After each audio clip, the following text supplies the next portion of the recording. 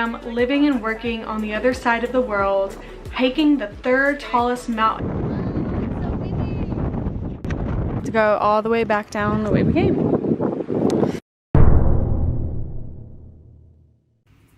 거대한 스칸디나비아 산맥이 전국을 종단하고 있는 나라 스웨덴. 국토의 3분의 1을 북부 고원지대가 차지하고 있기에 등산을 즐기는 인구도 다른 국가에 비해 압도적으로 많다고 하죠. 그래서인지 한국으로 여행 오는 스웨덴인들이 꼭 찾는 장소, 다름 아닌 북한산과 설악산이라고 합니다. 특히 단풍이 곱게 물드는 가을철에는 설악산이 필수 여행지로 손꼽히기에 인터넷상에서 설악산 가는 방법, 설악산 등산 코스 등을 묻는 스웨덴 젊은이들을 심심치 않게 볼 수 있는데요. 얼마 전 스웨덴 언론에서 한 여성이 설악산 등반 경험이 크게 화제가 됐고 스웨덴 등산 애호가들은 물론이고 일반인들까지 한국의 이것에 놀라움을 금치 못했다는 소식입니다. 설악산을 찾는 다른 외국인들처럼 한국에 여행 온 20대 스웨덴 여성의 목적지도 울산바위였습니다. 산자락을 따라 해발 900m에 이르는 기암이 병풍처럼 둘러져 있는 절경을 보기 위해 오전 일찍부터 산을 오르기 시작한 그녀. 점심시간 전에 울산바위에 도착했다고 하는데요. 생각보다 일찍 도착한 탓에 다른 등산 코스도 둘러보기로 결심합니다. 속으로는 설악산 산세가 험하다던데 별거 아니네 라고 생각하면서 말이죠. 실제로 이 여성은 스웨덴뿐만 아니라 해외를 여행할 때마다 일정의 등산을 포함할 정도로 열렬한 등산 애호가라고 하는데요. 너무 자신만만했던 탓이었을까요? 설악산 가을 전경을 음미하며 하산하던 그녀는 그만 길을 잃고 맙니다. 이 과정에서 시간을 지체한 탓에 해가 지고 말았죠. 추가적인 사고마저 발생했다고 하는데요. 그녀는 당황한 상태로 어둠 속을 걷다 발을 헛디뎠고 그 결과 3m 아래로 굴러떨어지면서 다리까지 심하게 다쳤다고 합니다. 오전에 설악산을 오를 때만 해도 자신의 체력을 과신하던 스웨덴 여성은 만 하루도 지나지 않아 낯선 타국의 산속에서 누군가 구조하러 오기를 기다리는 신세가 되고 만 것이죠. 패닉에 빠져 어쩔 줄 모르는 스웨덴 여성은 우선 스웨덴에 있는 남자친구에게 메시지를 보냈습니다. 당황한 나머지 처음에는 한국 119에 신고할 생각도 하지 못했다고 하는데요. 남자친구와 통화한 후에서야 119에 구조 요청을 할까 고민했지만 자신은 한국어를 할 줄 모르기에 의사소통이 되지 않을 거라 판단하고 남자친구의 대처를 믿고 기다렸다고 합니다.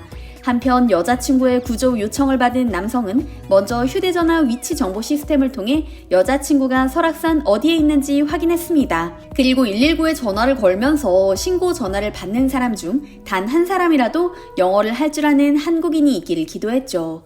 그런데 이때부터 놀라운 일이 연이어 일어납니다. 신고자가 외국인이라는 사실을 확인하자마자 119 신고 통역 서비스로 즉각 연결됐고 유창하게 영어를 하는 상담원과 통화할 수 있었기 때문이죠.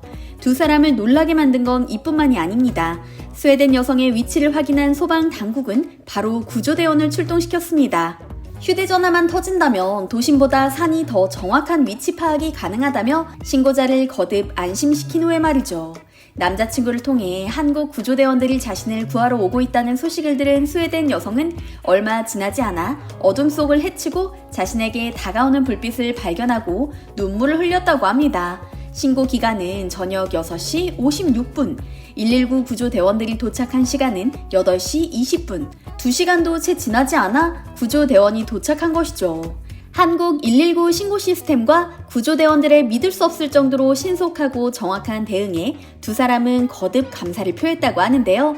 당시 스웨덴 여성은 발목을 심하게 다쳐 걸을 수 없는 상태였고 이를 확인한 구조대원들이 응급 조치를 한 후 여성을 들것에 실어 하산했다고 합니다. 이들이 병원에 도착한 시간은 자정 무렵. 무사히 하산한 것은 물론이고 병원 치료까지 받게 된 스웨덴 여성. 조난당한 산이 한국이 아닌 다른 나라였다면 무사할 수 없었을 것이라며 산세가 험한 설악산을 홀로 오른 자신의 무모함을 반성했다고 하는데요. 그 후 스웨덴으로 돌아간 여성은 한국에서의 경험담을 자신이 즐겨 찾는 등산 커뮤니티에 올렸고 엄청난 반응이 이어졌습니다. 워낙 등산 인구가 많은 스웨덴인데다가 산악사고 발생 시 보여준 한국인들의 대응이 스웨덴과는 차원이 달랐기에 더욱 화제가 된 것인데요. 심지어 지역 방송에서까지 해당 여성의 경험담이 소개되었고 한국의 119 응급 구조 체계와 선진화된 시스템에 대해 자세히 소개하는 보도마저 이어졌습니다. 해당 소식을 접한 스웨덴인들이 가장 감탄한 부분은 우선 112, 119 신고 외국어 통역센터의 존재였습니다. 스웨덴을 비롯한 유럽에서는 상상조차 할 수 없는 시스템이었기 때문이죠.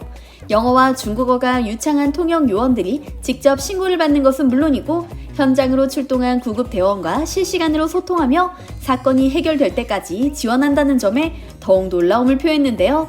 2시간 가까이 어둠 속에서 산을 올랐으며 성인 여성을 들것에 실어 나른 119 구조대원들의 헌신에도 많은 스웨덴인들이 댓글로 감사를 표했습니다. 만약 스웨덴을 비롯한 다른 유럽 국가에서 이런 사고가 발생했다면 한국처럼 신속한 대응은 상상조차 못했을 거야. 일단 산속에서 휴대전화가 터지지 않는 일이 다반사이다 보니 위치 확인이 불가능했을 거고 위치를 알려주더라도 의사소통이 잘 안 돼 신고 접수만 1시간이 걸렸을걸?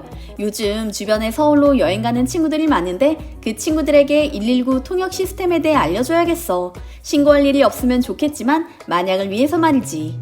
한국은 여러모로 놀라운 나라야. 이 소식을 듣고 많은 생각이 드네. 나는 일 때문에 런던에 사는데 도심 한복판의 사무실에서 심장마비로 쓰러진 동료를 잃은 적이 있어. 당연히 동료가 쓰러진 걸 보자마자 구조를 요청했고 의사소통에도 문제가 없었지. 그런데 구조대원이 너무 늦게 도착한 탓에 결국 예후가 좋지 못했어.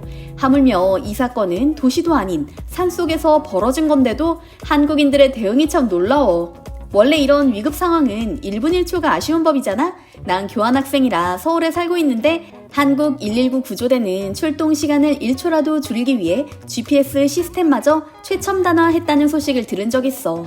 병원도 곳곳에 있는 데다 24시간 운영되는 곳도 엄청 많고 그래서인지 서울에 살면서 갑자기 발생할 수 있는 응급 상황에 대해 크게 걱정하지 않고 지내는 것 같아.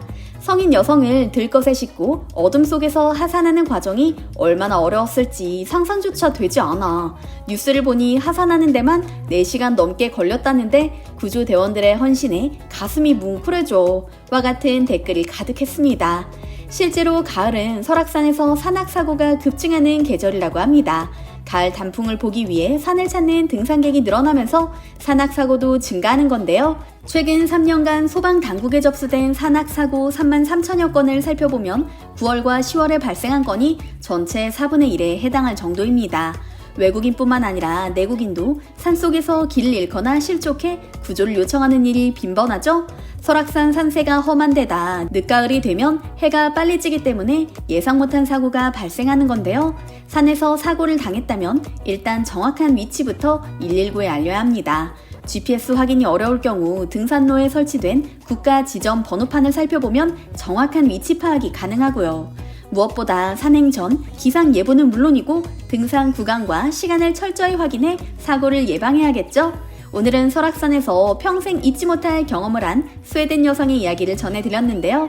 오늘 영상도 흥미로우셨다면 좋아요와 구독 부탁드리겠습니다. 항상 함께해 주시는 구독자, 시청자 여러분 감사드립니다.